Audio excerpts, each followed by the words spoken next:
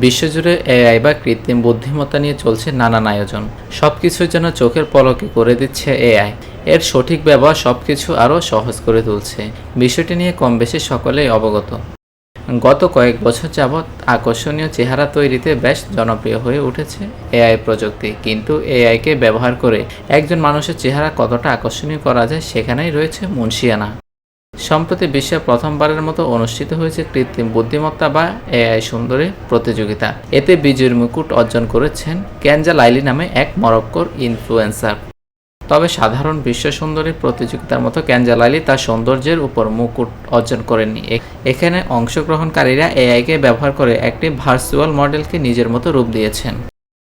চলতি বছরের এপ্রিল মাসে আয়োজন করা হয় সুন্দরী প্রতিযোগিতা মিস এআই। এআই কন্টেন্ট নির্ভর ওয়েবসাইট ফ্যানভো আয়োজন করে ইভেন্টটি। সম্প্রতি অনুষ্ঠিত হয়ে গেল প্রতিযোগিতার চূড়ান্ত পর্ব।